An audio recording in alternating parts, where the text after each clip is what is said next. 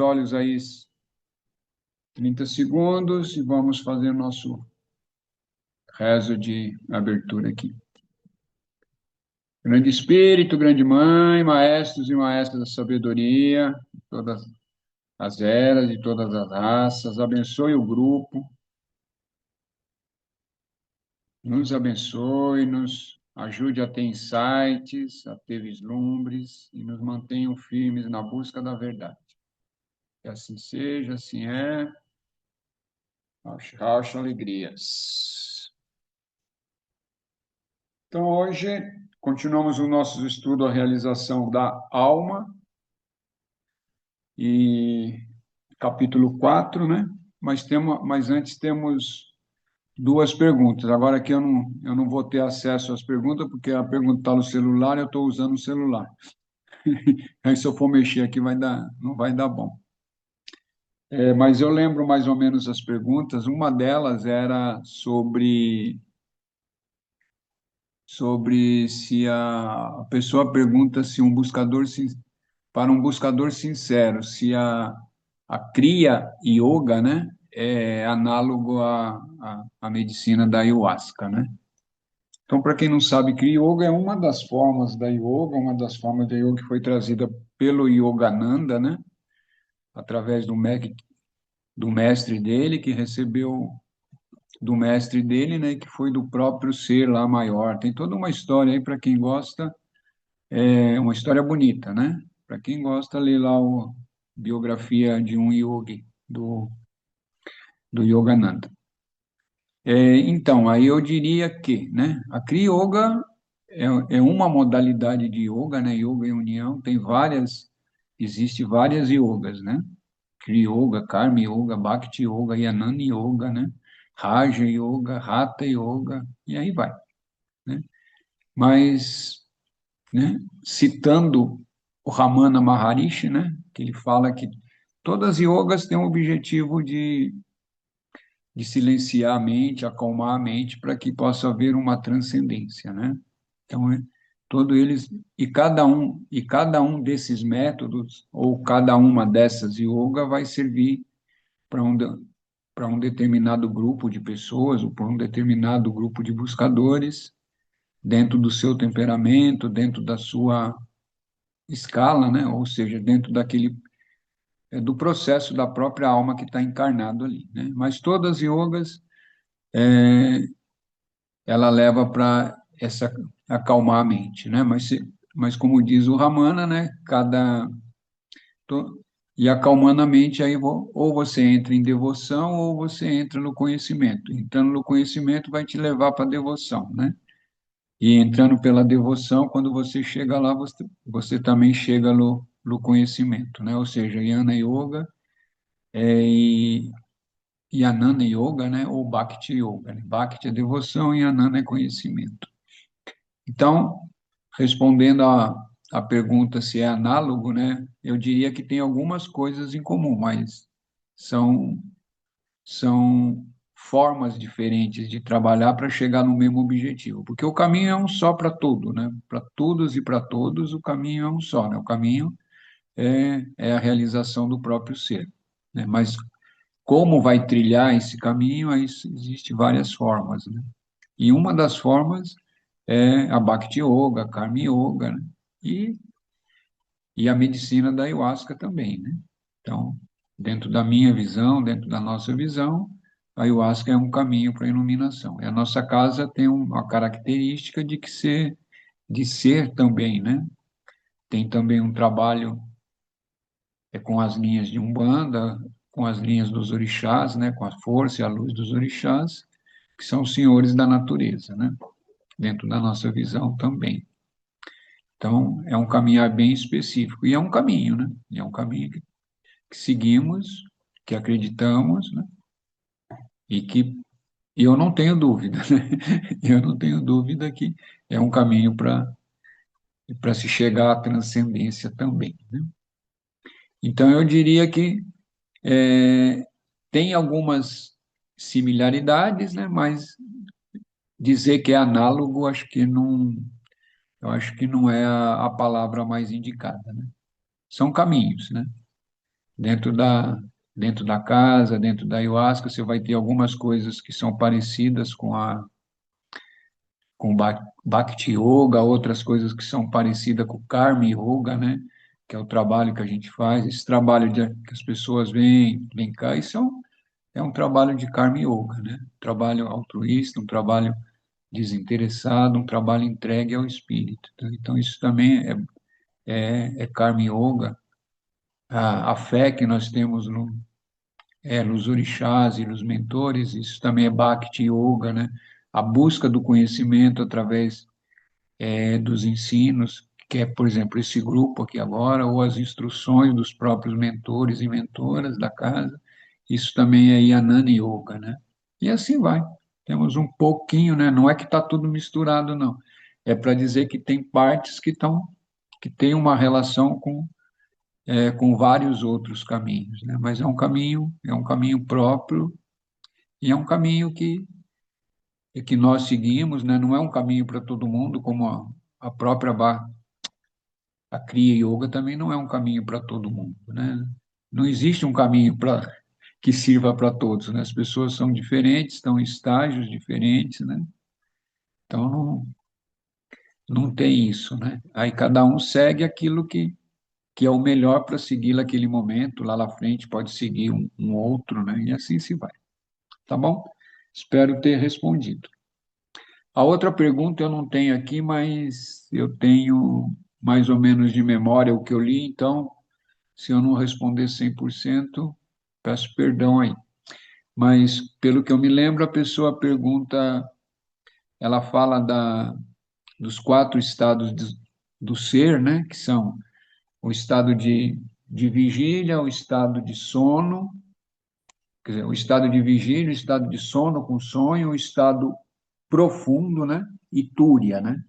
Túria que seria a transcendência, a própria essência, o próprio Atma, quando chega, é o estado do iluminado, quando chega em túria. Isso é um termo do Vedanta, né? Que a pessoa usou. Então, tem esses quatro estados e tem os cinco corpos. Então, ele quer saber a relação desses cinco corpos com esses estados, né? Os cinco corpos são ou Maya Koshas também, que são chamados em sânscrito. Então, vamos ver se a minha memória aqui ajuda. Se eu não me engano, é Ana Maya Kosha, que é o corpo físico, e Prana Maya Kosha, que é o corpo de energia, e Mana Maya Kosha, que é o corpo mental, e, e o Budi Maya, ou Ananda Maya Kosha, né? Ou Jiva Maya Kosha, né? Jiva Maya Kosha, que seria, dentro dessa filosofia, o corpo de alma, e Ananda Maya Kosha, que seria o corpo de beatitude. Então, seria esses cinco corpos aí.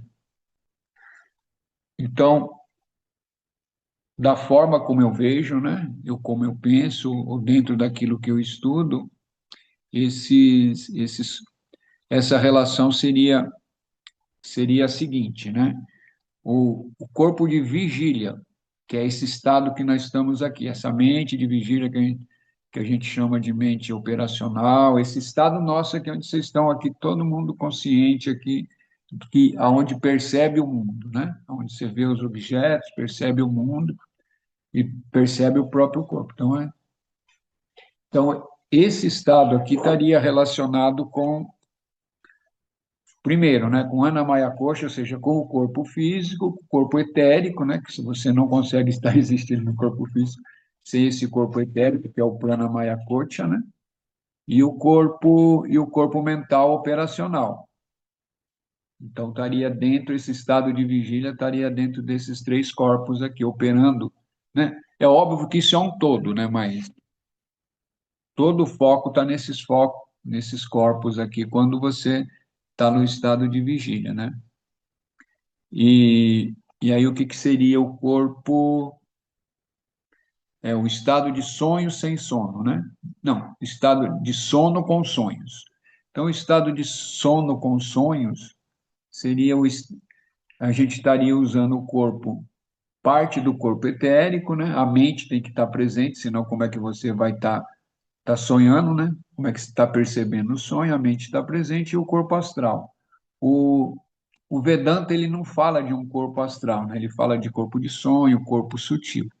Mas dentro, aqui no Ocidente, para nós, nós sabemos que existe um plano astral e existe um corpo astral. Então, esse seria a relação. E qual que seria agora a relação do corpo, do sono profundo e sem sonhos, né? Onde a mente não está presente, ou se está presente é de uma forma infinitamente percebível, pouco percebível, né?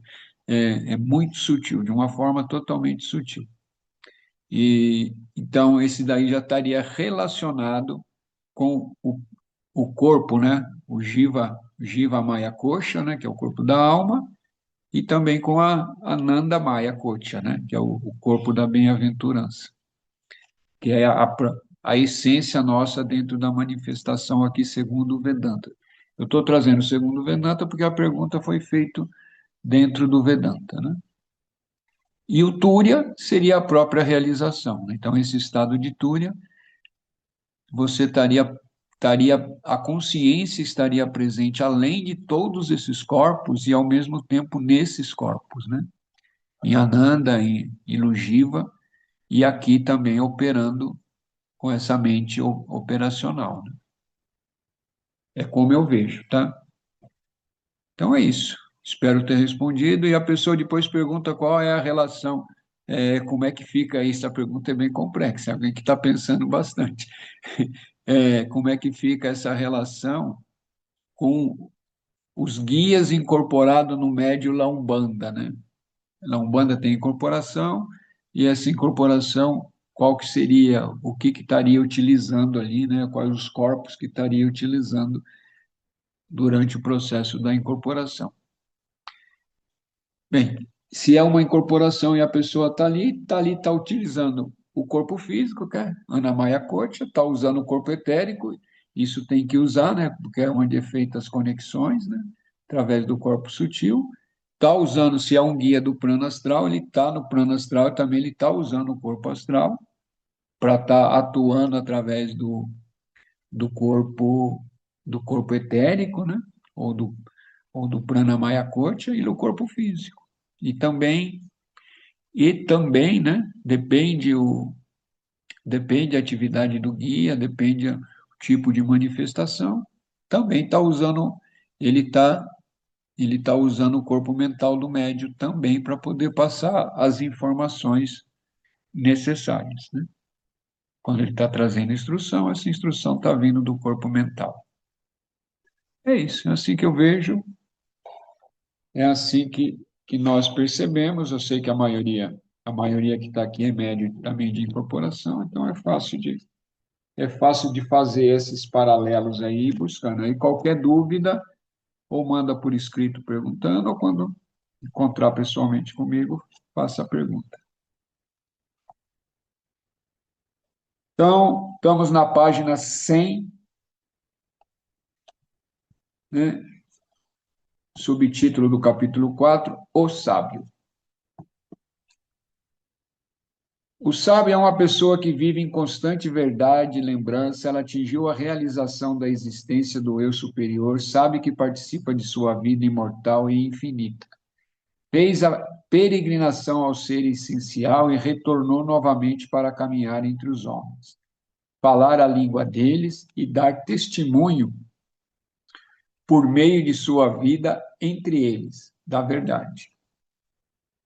Olha o que é um sábio aqui na visão né, na visão do PIB, né?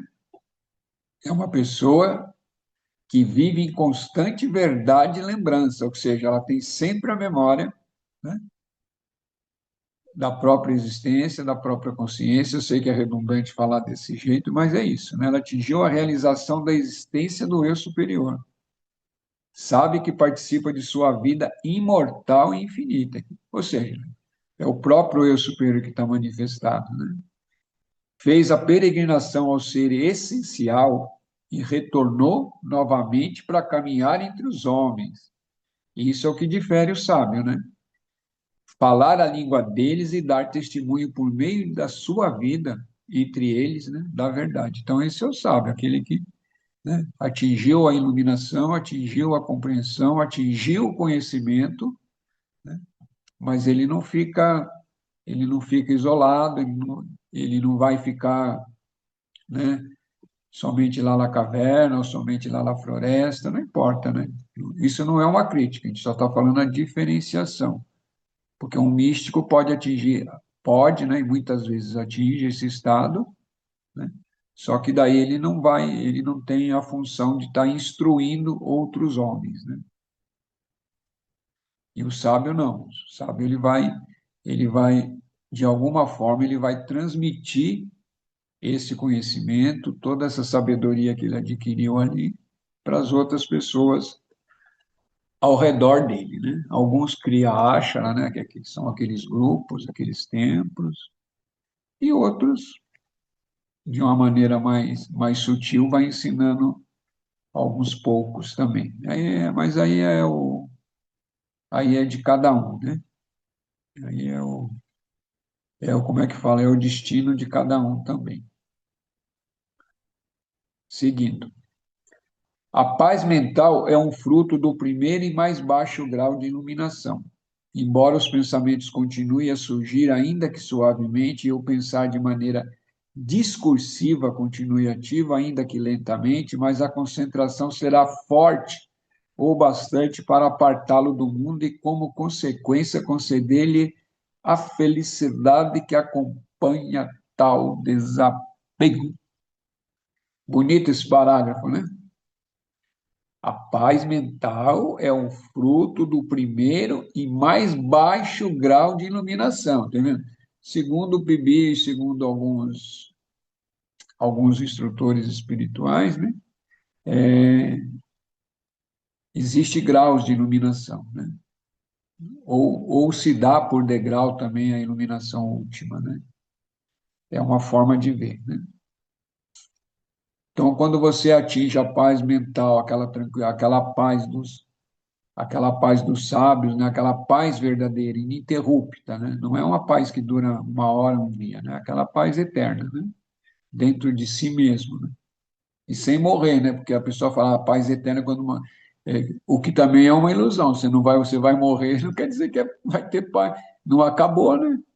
Você vai lá para o mundo astral, você vai estar no mesmo grau de consciência que você está e na mesma vibração. Depende do que é zero de paz, né? É zero. Então, essa paz tem que ser conquistada aqui e agora, né? E que já é um passo importante, né? Qualquer degrau de iluminação é muito importante, né? E ele fala que quando você atinge essa paz mental, você não, os, os pensamentos continuam, o fluxo de pensamento existe, mas não tem força para incomodar, entendeu? Ele existe, percebe, está tudo bem, né? As coisas vêm, o corpo emocional está ali, às vezes quando passa alguma coisa, mas nada tem força para incomodar. E aí ele está em paz, está em felicidade. Né? Por quê? Porque já está desapegado, né? Ele atingiu. Aqui ele fala, o mais baixo grau de iluminação. Né? Se a gente atingir esse mais baixo grau de iluminação em vida, já é um passo gigantesco. Né? Alguém tem alguma pergunta ou quer fazer algum comentário?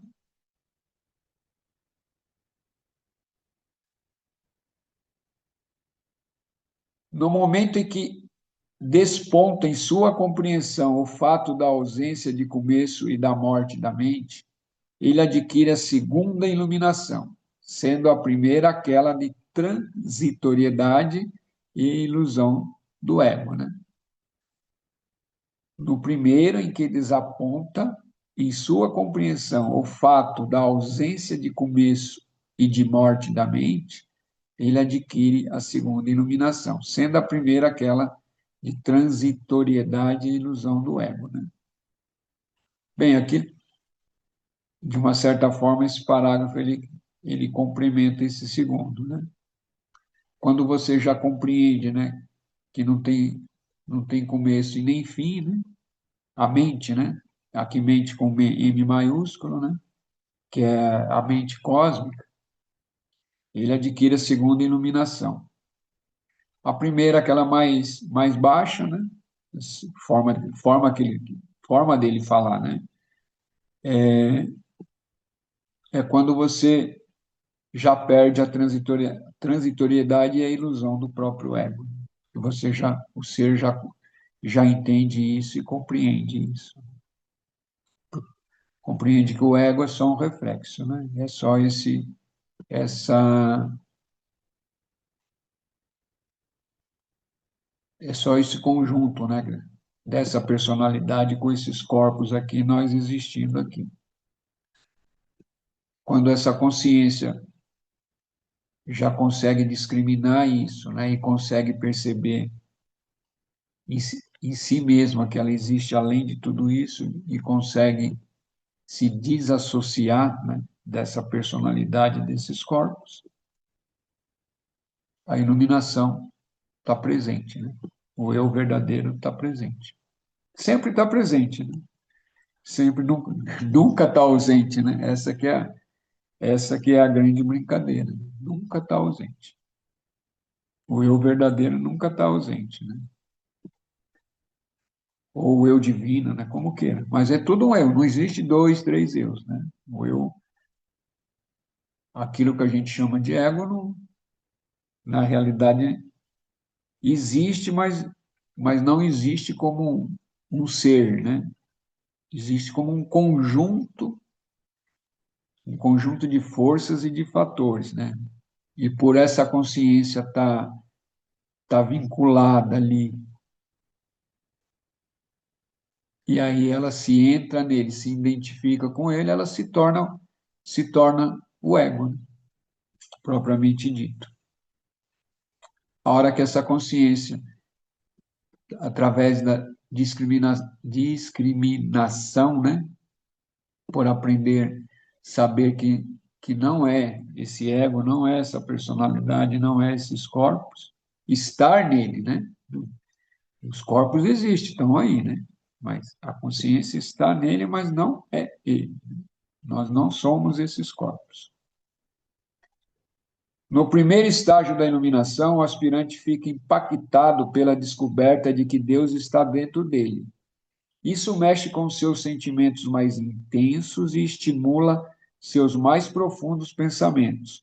Mas apesar de ele não saber, aqueles próprios sentimentos e pensamentos ainda fazem parte do seu ego, ainda que sua parte mais elevada. Portanto, ele ainda separa seu ser em dois. O eu, né, esse eu basicão aqui, esse eu que a gente usa aqui na vigília, e o eu superior. Somente nos estágios posterior é que ele descobre que Deus não somente está dentro dele, mas é ele. Então, esse parágrafo aqui merece uma consideração muito grande, né, para que haja um entendimento sem, sem uma infração do ego, né? E isso também não é tão simples, né? O que ele fala aqui? Nos primeiros estágios da iluminação, né, a pessoa descobre que Deus, né, essa essência, está dentro de você, né? Está aqui, né? Está dentro do peito, né? É uma forma de falar, né? Essa essência que dá vida, que gera vida, está em você e é você, né? Se não fosse isso, não estaríamos existindo. É essa consciência cósmica que é o todo, né? Então, nesse sentido, né, estamos existindo, respirando, tendo consciência, usando a nossa inteligência dentro dessa grande consciência cósmica, né? Ou mente cósmica que chamamos de Deus, que também é chamado de Deus, né? O Deus Criador, ou que se manifesta nesse universo que nós estamos aqui, o universo como um todo, né? Todas as bilhões de galáxias, como a nossa galáxia, nosso sistema solar e nosso planeta, né? Porque às vezes a gente fala mundo, a gente só olha aqui ao redor, né? Só vê a Vila Zate, a Vila Madalena. Não, o mundo é o universo todo, né? Tem que lembrar disso, né? Aí e no início sempre tem isso mesmo, né? De você se percebe porque você ainda tem uma certa identificação com essa parte da personalidade aqui manifestada, né? Então fica esse eu aqui como se tivesse o eu superior lá, né? Mas na realidade não há nem esse o eu superior lá e aqui. O que existe é só o eu superior existindo, né? Manifestado e, e transitando aqui, até que essa consciência se torne em plenitude, né? Aí você descobre que ele não, que você não está somente dentro dele, né? O próprio ser né? É a própria manifestação, né, de Deus. Mas para entender isso, tem que ter um pouquinho de sabedoria, né? Porque senão cai naquele velho coisa lá de uns anos atrás, tinha todo um movimento New Age, aí nem sei se existe ainda, né? Que falava, eu sou Deus, eu sou Deus. E aí é uma, é uma verdade em partes, né? E ao mesmo tempo não é. Por quê? Porque você é a compreensão disso, né? É Deus? Sim. Por quê? Porque você faz parte do todo que é Deus, né? Que é essa consciência cósmica. Mas você não é a consciência cósmica na sua plenitude, na sua totalidade. Por quê? Porque o infinito não pode caber no finito, né? Simples assim, né? O infinito não pode caber no finito. Então, mas como é que isso acontece? Isso acontece quando você está encarnado e essa percepção. Por quê? Porque a sua parte divina, essa centelha divina, né, essa consciência divina que faz parte, né, que é, que é você mesmo dentro da manifestação aqui nos corpos densos aqui, físico, etérico, astral, mental, ele está existindo dentro, é um ponto dentro dessa consciência cósmica. Então, a hora que você atinge isso, você está em plenitude. E, e nesse ponto, você existindo, é como se fosse a própria existência na sua totalidade. É o melhor que eu consigo explicar isso daí. Mas um exemplo também que é dado, que é clássico, e esse exemplo é do Pibi, acho que é do Pibi também, né? É como o Sol e os raios do Sol, né? Os raios do Sol é o Sol, também é o Sol, né? O raio do Sol pode falar, eu sou o Sol, não está errado, mas ele não é o Sol na sua totalidade. É uma forma de tentar entender essa frase, né? De que eu sou Deus e que Deus, mas você é Deus, né? É. E somos, né? Somos essa mente cósmica, essa consciência cósmica, somos Deus. Por quê? Porque nós existimos nele, somos parte dele, somos emanações dele e existimos. Mas não na sua totalidade, né? Porque se fosse na sua totalidade, você seria onipresente e onisciente, né? No universo inteiro. Simples assim, né? Porque essa consciência cósmica, ela é onisciente e onipresente. Está em tudo e ciente em tudo.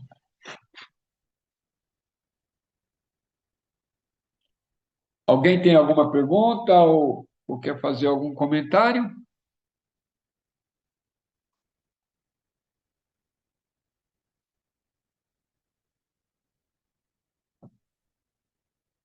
Beleza, seguimos então.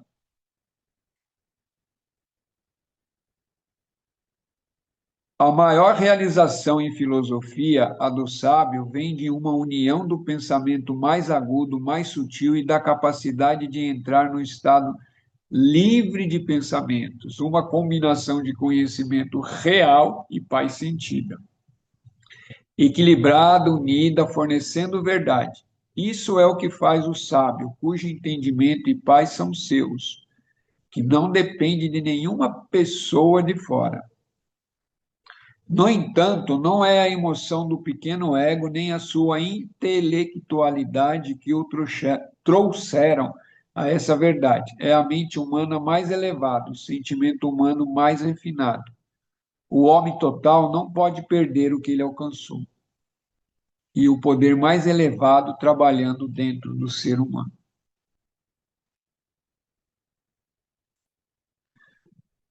Bacana isso também, né? A maior realização em filosofia, né? Lembra que a palavra filosofia vem da significa o mesmo que sabedoria, né? Vem da união do agudo, né? Do pensamento agudo e da capacidade de entrar livre de pensamento, né? É isso que parece um paradoxo, né? Uma capacidade de pensar aguda e ao mesmo tempo livre do pensamento. O que que isso quer dizer? Isso quer dizer que você tá no intelecto abstrato, né? Ou no intelecto superior, ou na mente superior, búdica, tanto faz para não complicar muito, né? E está livre dessa mente operacional com esse fluxo ininterrupto de pensamentos, que é essa mente nossa aqui, que a gente está existindo aqui nesse exato momento. Eu sei que para algumas pessoas tudo isso que eu estou falando está parecendo meio fora, né? Mas não se preocupe. É só continuar ouvindo, continuar, deixa que uma parte da própria mente vai processando tudo isso. Se num primeiro momento parece não fácil a compreensão, depois a compreensão vai ficando muito fácil. Pode acreditar nisso, né? É isso, né? É o nosso desenvolvimento, é o nosso desenvolvimento como ser, né? Como ser existencial, ser divino existindo aqui nesse planeta, né? E uma hora todos nós chegamos lá. Se não for nessa encarnação, na próxima vamos estar mais preparados. Mas vamos agir como se fosse nessa, né? Deixar para a próxima, né? Porque deixar para a próxima a gente já vem deixando há muito tempo, né? Então, vamos agir como se fosse nessa. Aqueles que desenvolveram o insight perceberam o material essencial de tudo, mesmo quando eles percebem as suas formas, portanto, veem tudo como um só, um maiúsculo, na letra maiúscula, e como se um sonhador soubesse que ele estava sonhando, e assim compreendesse que todas as cenas e figuras oníricas eram nada mais que uma e a mesma coisa, sua mente, embora não perdesse a experiência do sonho. Então, aqui é o que ele fala aqui, né? Aqueles que desenvolveram o insight aqui entenda como samadhi, né? Como samadhi ou aquilo que é transcendente, né? Aquilo que você conseguiu ver do outro lado, né? A, a verdade do outro lado. É que quando fala do outro lado também é estranho, né? Aquilo que é transcendental, aquilo que transcende a mente e os corpos, né? Então, aqueles que desenvolveram o insight. E esses que desenvolveram o insight, que já teve pelo menos samadhis que percebem, vai ver que tudo é um só, né? Não existe dois, né? Tudo vem da mesma fonte. Tudo que existe é esse Deus manifestado, assim, dentro da manifestação, né? É essa consciência cósmica, e essa consciência cósmica, esse Deus criador, né? Junto com a grande mãe manifestada, a mãe divina, seja lá o nome que cada um mais gosta, eles vêm eles vêm de uma mesma origem, né? Vêm de uma mesma fonte. Então, tudo é um. Tudo sempre foi um e sempre será um, né? No absoluto, tudo é um. Tudo vem desse absoluto, daquilo que a gente chama de absoluto, por falta de outros nomes também. E aqui ele dá um exemplo, né, um exemplo clássico, por que que a pessoa percebe isso. Porque aquele que já teve o samadhi, que já teve a transcendência e atingiu a transcendência, ele vai ver tudo isso como se similar, né? Similar a uma pessoa que está sonhando e sabe que está sonhando. E daí ela sabe que é um sonho, né? Sabe que está dentro de um sonho dentro da própria mente, né? E ali, para ela, está tudo bem, saber que está sonhando. E aí é muito similar aqui quando a pessoa retorna, né? Então, a pessoa iluminada, isso aqui para ela é como um sonho sabendo que está sonhando. É mais ou menos isso, é para tentar entender, né? Tentar explicar o que não é possível explicar. Mas é um paralelo bom, nos ajuda bem, né? Aqui ele está falando de um sonho dentro da mente, né? Não está falando de um sonho no corpo astral, né? Está falando de um sonho dentro da própria mente. Então, quando você está num sonho dentro da própria mente e sabe que está ali sonhando, né? Sabe que o corpo está lá dormindo e sabe que você está sonhando, você pode experimentar, né? O próprio sonho, né? Alguém tem perguntas ou comentários? Pai, Diga. o senhor falou agora sobre Deus manifestado, né? Que é o Brahma Saguna que a gente fala. E o senhor também falou sobre a grande mãe, né? A mãe cósmica. E aí eu fiquei pensando esses dias, né? Esse Deus manifestado, criador e gerador, ele é a mãe cósmica? E Aonde que Maia entra nisso? Porque eu entendo que quando eu fiquei pensando assim, que quando esse Deus, esse Brahma Saguna, que é o Deus que manifesta, né, a manifestação, a gente pode entender que ele é uma energia feminina, Shakti, e às vezes associada a Maia, né? Só que aí eu fiquei pensando que existe essa manifestação, esse Deus manifestado, que talvez seja essa energia feminina Shakti, e Maia seja uma outra força, uma outra manifestação que encobre tudo isso. Só que eu estou meio confusa, porque me parece que Maia, essa energia feminina Shakti, e esse Brahma Saguna, esse Deus manifestado, é a mesma energia cósmica, é a mesma energia de mãe cósmica. Entendeu o que eu falei? entendi, entendi sua dúvida Que também. bom. Gratidão, pai. Bom, vamos começar do princípio, né? Existe o absoluto, aquilo que a gente chama absoluto, aquilo o Vedanta é chamado Brahma Nirguna, sem qualidade nenhuma, que é a fonte, né? Eu costumo chamar da fonte primordial. Esse é o transcendente não manifestado. E daí surge tudo, né? Então, o Deus Criador é uma expressão desse próprio ser, né? Nada nasce do nada, só existe um uno.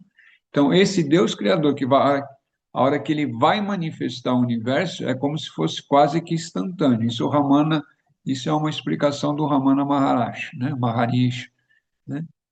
Aí, instantaneamente surge a grande mãe, ou aquilo que vai chamar de Shakti, de Kundalini, de Maya. Então, isso já nasce tudo junto. É como se fosse tudo junto, mas são forças que estariam unidas, juntas, né? Mas com funções diferentes para a manifestação. Então, junto com esse Deus Criador, Maya, né? Maya, Shakti ou Kundalini, são vários nomes que dá para essa mesma energia, né? Dentro do ou sopro vital, que é a própria energia de manifestação, aí surge o universo manifestado. E ela está presente em tudo. E a hora que ela, segundo o Vedanta, né? A hora que ela está presente, junto com ela já vem a característica de velamento, né? E de sobreposição. Senão não tem mundo, né? Senão, senão como é que o Jiva encarnado no corpo vai ver mundo, né? Então esse processo é visto pelo ser manifestado, né? Por essa essência que se torna que se projeta como uma alma e que se projeta nos corpos aqui, que vai perceber dessa forma. A hora que você transcende, a percepção é outra, né? Aí você já percebe outros níveis de consciência, né? Em outros níveis de consciência, nem tempo nem espaço existe, só existe o eterno agora, né? O eterno aqui e agora, né? Aí, dentro desse nível, né, ou desse estado de consciência, porque tudo é estado de consciência, até esse nosso mundo que o físico aqui é um estado de consciência. Um estado de consciência que a gente vai chamar de físico e de denso, né? Denso em relação aos planos sutis. Mas Shakti, Kundalini, vai tá em tudo. É a própria manifestação, né? E essa consciência cósmica é, é esse Purusha, que eles também chamam, eles têm esse nome dentro do Vedanta, né? É o Purusha, Purusha e Shakti junto, né? A Deus, a grande mãe, né?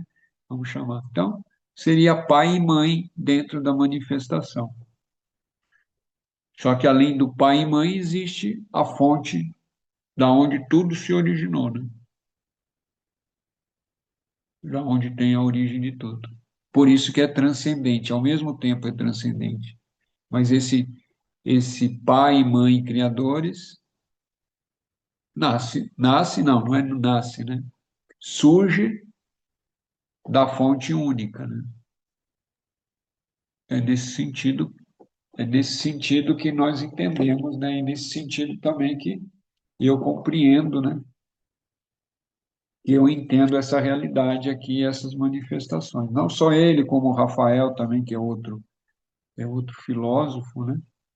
Que traz também dentro dessa compreensão aí também. Mas seguindo a mesma vertente do Vedanta, do Maharishi também, né? O Pobluto também tem muita coisa dessa essência Vedanta, né? Então, Deus é uma mulher.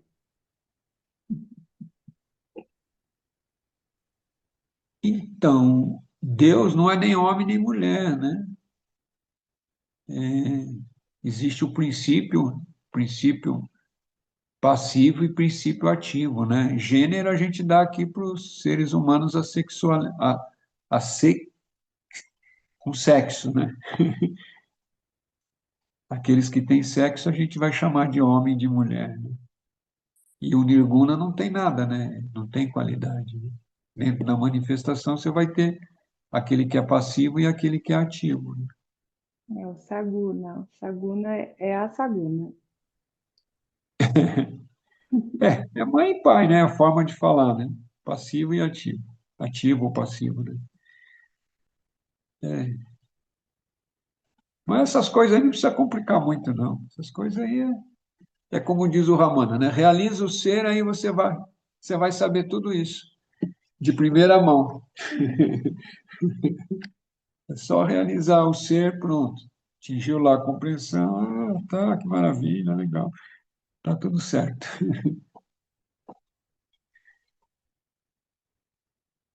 Seguindo, a pessoa que tem essa consciência superior permanentemente verá e experimentará o mundo exterior como usou, mas entenderá a relação entre o que vê e o mundo real que está por trás disso.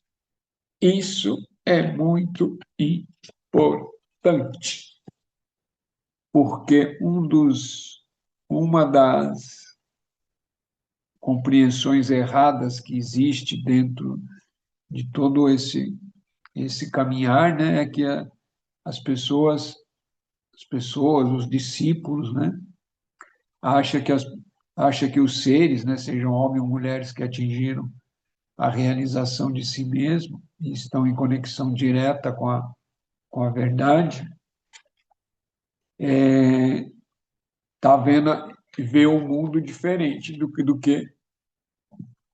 que o do que aqueles que não estão iluminados. O mundo vai ser quando você olha o mundo através dos sentidos, né? Da mente, né? Está vendo a mente, projeta pelo sentido, a consciência projeta na mente, a mente projeta pelos cinco sentidos, os cinco sentidos. percebe o mundo, né? Percebe, repete lá, volta para dentro da mente, vai formando as imagens, formando as coisas, forma um gato, forma um computador que você está vendo aí na sua frente aí. Então, e o sábio iluminado, ele vai ver a mesma coisa que você. Ele está vendo o computador, ele está vendo o gato, ele está vendo o cachorro, ele está vendo a mesa, da mesma forma que você. Qual que é a diferença? A diferença é que ele sabe da existência da fonte de tudo isso, né? Que tudo isso existe manifestado dentro do mundo e existe um substrato por trás disso. O exemplo clássico do Vedanta, né, é a tela do cinema, né? Você olha as imagens na tela do cinema, né? Tá vendo tudo passando lá. Aí tem um incêndio, o filme é um incêndio que está passando, ele não queima a tela, né? Tem uma enchente dentro do filme, o filme não molha a tela. Por quê? Porque são imagens projetadas na tela. A tela é o substrato que ampara, é a consciência cósmica que está ali sustentando, né? É o substrato para que todas essas imagens do mundo, estrela, galáxia, computador aqui na nossa frente, janela, não sei o quê, mesa, roupa, estão projetados. É uma forma de entender, né? Facilitar nosso pequeno cérebro, nossa pequena mente aqui, dar uma expandidazinha, né?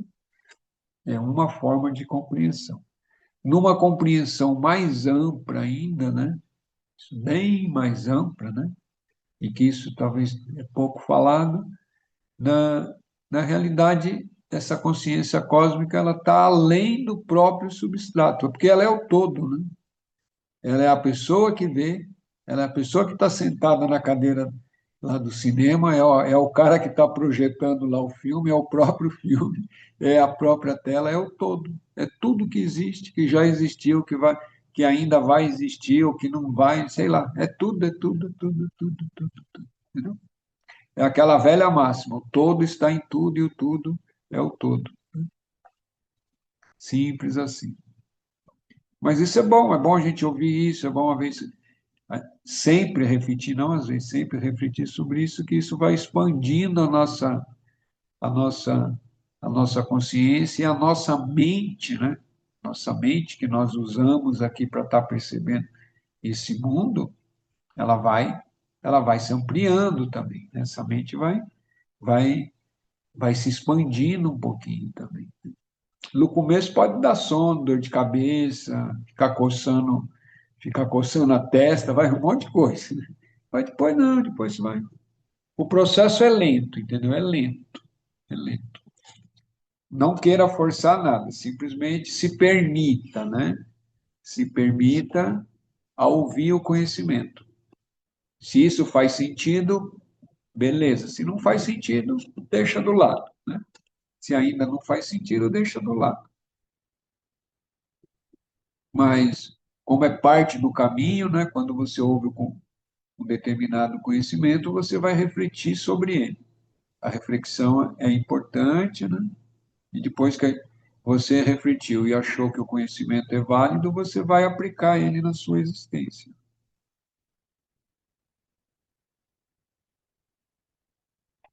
Espera um pouquinho, deixa eu pegar uma água.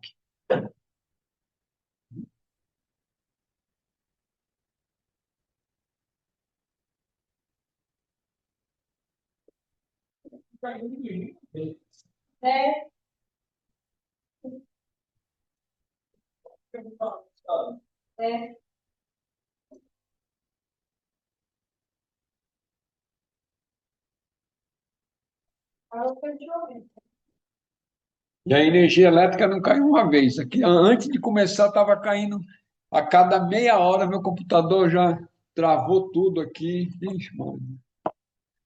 Bem, tudo bem, faz parte também do show. É o grande espírito brincando, né? Nos testando. E é sempre bom lembrar disso, né?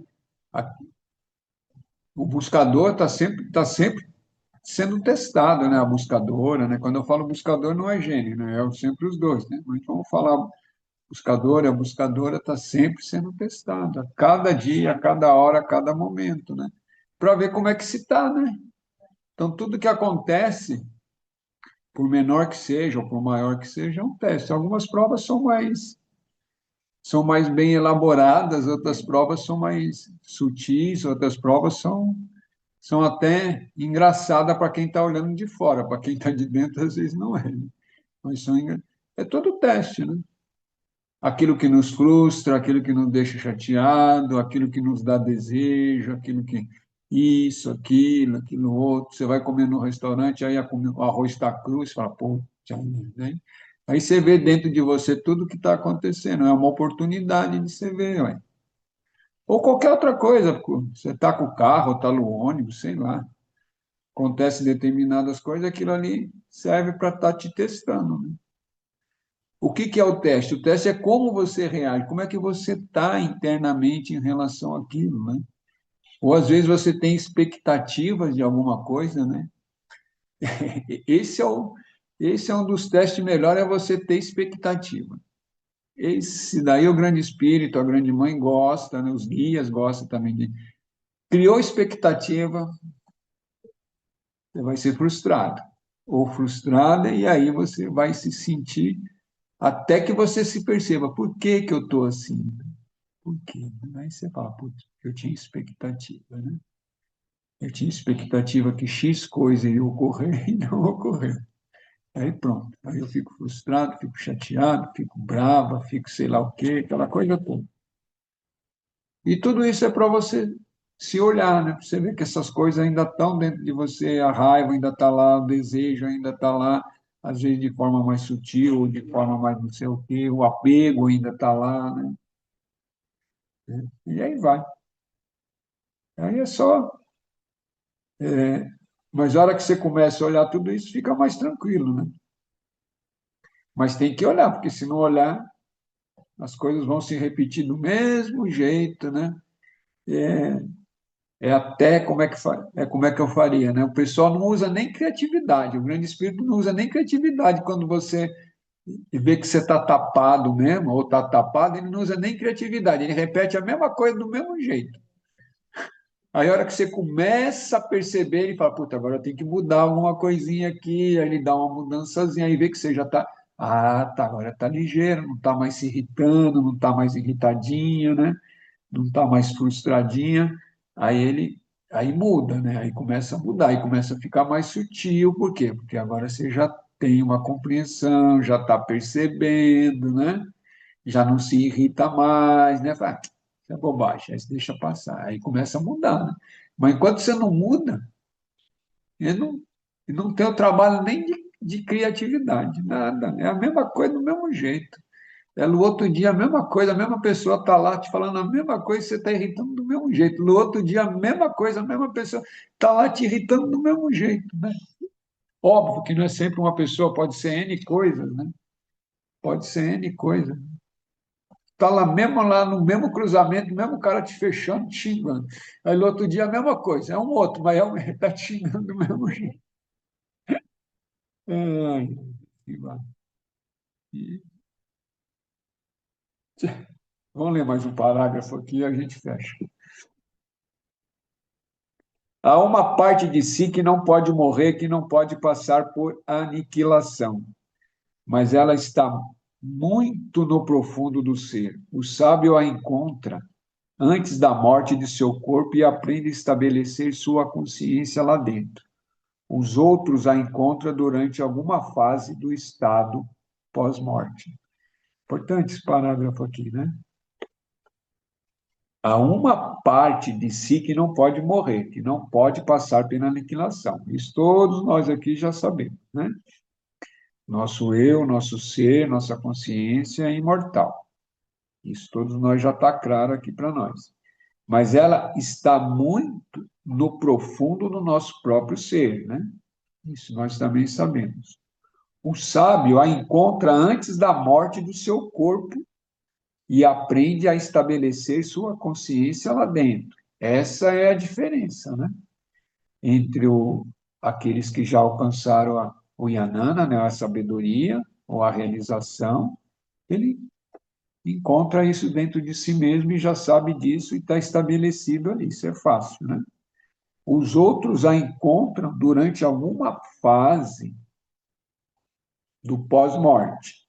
Então, mesmo aqueles que não alcançaram nada aqui, depois que deixar esse corpinho, ou no astral, ou no plano mental, tem uma chance de conhecer a própria essência, né?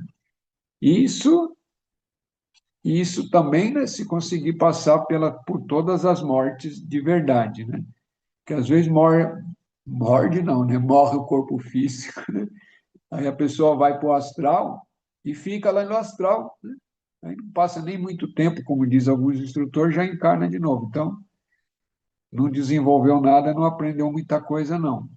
Porque o ideal é morrer no astral também. O que que é morrer? O corpo astral morrer, né?